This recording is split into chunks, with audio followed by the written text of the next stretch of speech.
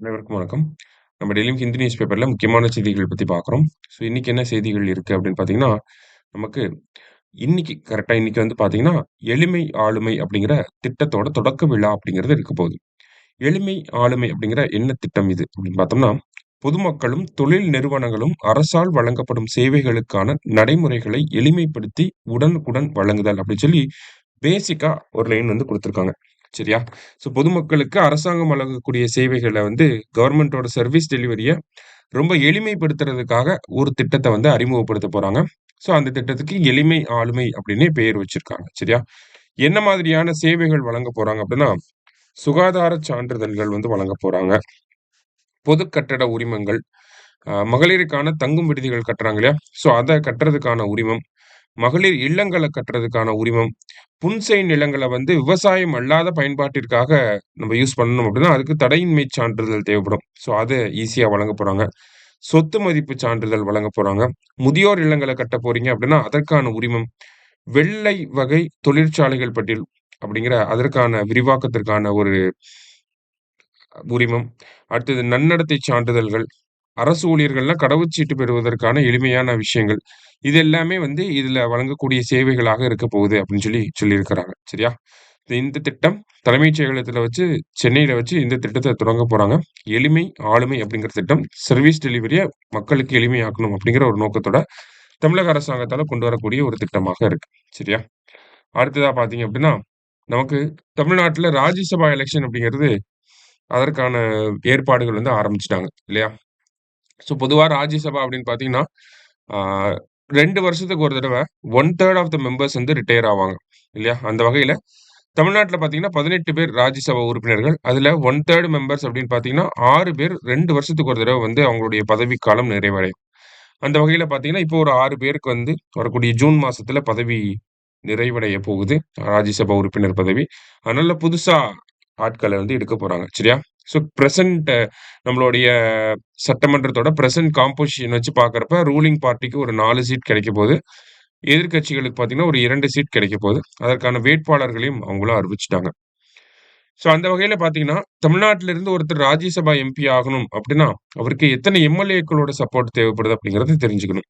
So ஒரு Rajya Sabha MP ஆகணும் தமிழ்நாட்டில இருந்து அப்படின்னா, 34 எம்.எல்.ஏக்களோட சப்போர்ட் வந்து தேவைப்படுது. சரியா? ஸோ இந்த ரேஷியோல தான் நமக்கு ஆட்கள எடுக்கப் போறாங்க. சரியா? அதான் இங்க குடுத்திருக்காங்க. அடுத்ததா பார்த்தீங்க அப்படின்னா, எடிட்டோரியல் பேஜ்ல ஆர்பிஐயோட ரெமிட்டன்ஸஸ் சர்வேவ பத்தி குடுத்திருக்காங்க. ரெமிட்டன்ஸஸ் அப்படின்னா வெளிநாடுகள்ல வேலை செய்யக்கூடியவங்க. இப்ப நம்ம வீட்ல இருந்து யாராவது அப்பாவோ, அம்மாவோ இல்ல அண்ணன், தம்பி யாராவது வெளிநாட்டுல இருக்காங்க அப்படின்னா, அவைங்க நமக்கு அவங்க செலவுகளுக்கு போக மீதி கொஞ்சம் காசுகள அனுப்புவாங்க. ஸோ அதுதான் நம்ம பேசிக்கா ரெமிட்டன்ஸஸ் அப்படின்னு சொல்லுவோம். ஸோ அந்த மாதிரி இந்தியாவுக்கு 2023, 24 நிதியாண்டுல எவ்வளோ ரெமிட்டன்ஸஸ் வந்து வந்துச்சு? எந்தெந்த நாடுகள்ல இருந்து அதிகமா வந்திருக்கு? அது எந்தெந்த மாநிலங்களுக்கு அதிகமா வந்திருக்கு? அந்த மாரி ஒரு காம்ப்ரிஹென்சிவ் ஸ்டடிய வந்து ஆர்பிஐ வந்து பண்ணியிருக்காங்க. இப்ப முதல்ல நம்ம இந்த ரெமிட்டன்ஸஸ் சர்வேவ யாரு பண்ணாங்கன்றத தெரிஞ்சுக்கணும். யாருன்னா ஆர்பிஐ. இயர்லி இவங்க தான் வந்து பண்ணிக்கிட்டு இருக்காங்க. சரியா? ஆ நமக்கு ஆப்ஷன்ஸ்ல குடுத்து கன்ஃப்யூஸ் பண்ணலாம். ஸோ ஆர்பிஐ தான் வந்து பண்றாங்க. ஸோ இந்த 2023, 24க்கான ஃபினான்ஷியல் இயர்ல இந்தியாவுக்கு வந்த ரெமிட்டன்ஸஸ் எவ்வளோ அப்படின்னு பார்த்தீங்கன்னா, கிட்டத்தட்ட $118.7 பில்லியன். சரியா? நம்மளோட ஃபாரின் டைரக்ட் இன்வெஸ்ட்மென்ட்டோட ரெமிட்டன்ஸஸ் வந்து அதிகமா இருக்கு அப்படிங்கிறத இந்த இடத்துல நோட் பண்ணிக்கணும். ஓகே. ஃபாரின் டைரக்ட் இன்வெஸ்ட்மென்ட்ட விட இந்தியாவோட ரெமிட்டன்ஸஸ் அப்படிங்கிறது அதிகமா இருக்கு. குறிப்பா பார்த்தீங்க அப்படின்னா, முன்னாடிலாம் இந்த கல்ஃப் நாடுகள்னு சொல்றாங்க இல்லையா? Oman, Saudi Arabia, Qatar, Abu Dhabi இந்த மாதிரியான நாடுகள்ல இருந்து தான் இந்தியாவுக்கு அதிகமா ரெமிட்டன்ஸஸ் வரும். கல்ஃப் கோஆப்பரேஷன் கவுன்சில் அப்படின்னு சொல்லுவாங்க. இந்த ஜிசிசி நாடுகள்ல இருந்து தான் அதிகமா வரும்.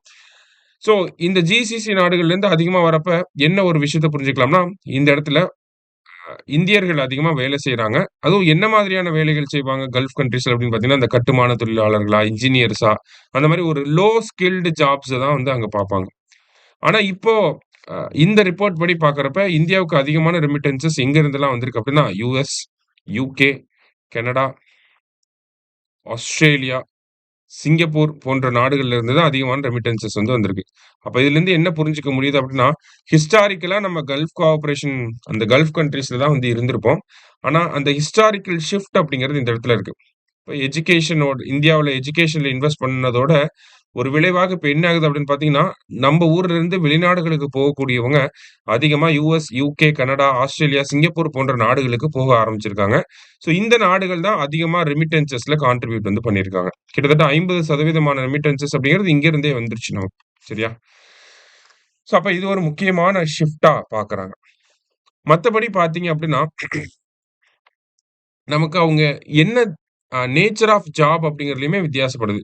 இங்க எல்லாம் யுஎஸ், யுகேல இருக்கக்கூடியவங்க எல்லாமே வந்து எல்லாமே செட்டில்டா ஒரு டயாஸ்போரா கம்யூனிட்டியா செட்டில்டா ஒரு வெல் பேயிங் ஜாப் ஒரு ஐடி ஜாப்ல வந்து இருக்கிறாங்க. இது கல்ஃப் கண்ட்ரீஸ்ன்னு பார்த்தோம்னா, அங்கேயுமே வெல் பேயிங் செட்டில் ஜாப்ஸ் இருந்தாலுமே மெஜாரிட்டி இன்னமும் அந்த கன்ஸ்ட்ரக்ஷன், ஆ டிரைவிங் இந்த மாதிரியான செக்டார்ஸ் தான் அங்க அதிகமாவே இருக்கு. சரிங்களா? ஸோ என்ன பேட்டர்ன்ல இந்தியாவிலிருந்து வெளிய போறவங்க, வெளிநாடுகளுக்கு போறவங்க என்ன பேசிஸ்ல மைக்ரேட் ஆகுறாங்க அப்படிங்கிறத நம்மனால புரிஞ்சுக்க முடியுது. அடுத்ததா பார்த்தீங்கன்னா, இந்தியாவுல இருந்து எந்தெந்த மாநிலங்களுக்கு வெளிநாடுகள்ல இருந்து இந்தியாவுக்கு அதிகமா வந்திருக்கு அப்படிங்கிறத பார்த்திருக்கோம்.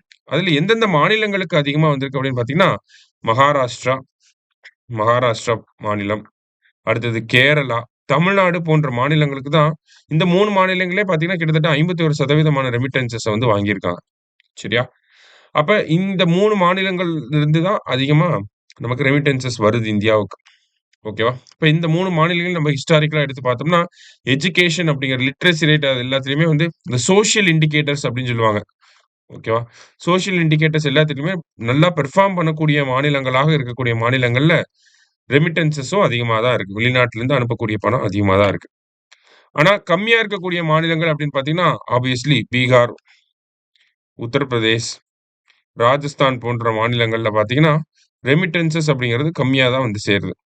ஏன்னா, இங்க சோசியல் இண்டிகேட்டர்ஸா இருக்கக்கூடிய IMR, MMR, TFR, education, literacy rate, population control எல்லாமே வந்து பார்த்தீங்கன்னா, இங்கலாம் கம்மியா இருக்கும். பாவர்ட்டி அதிகமா இருக்கும்.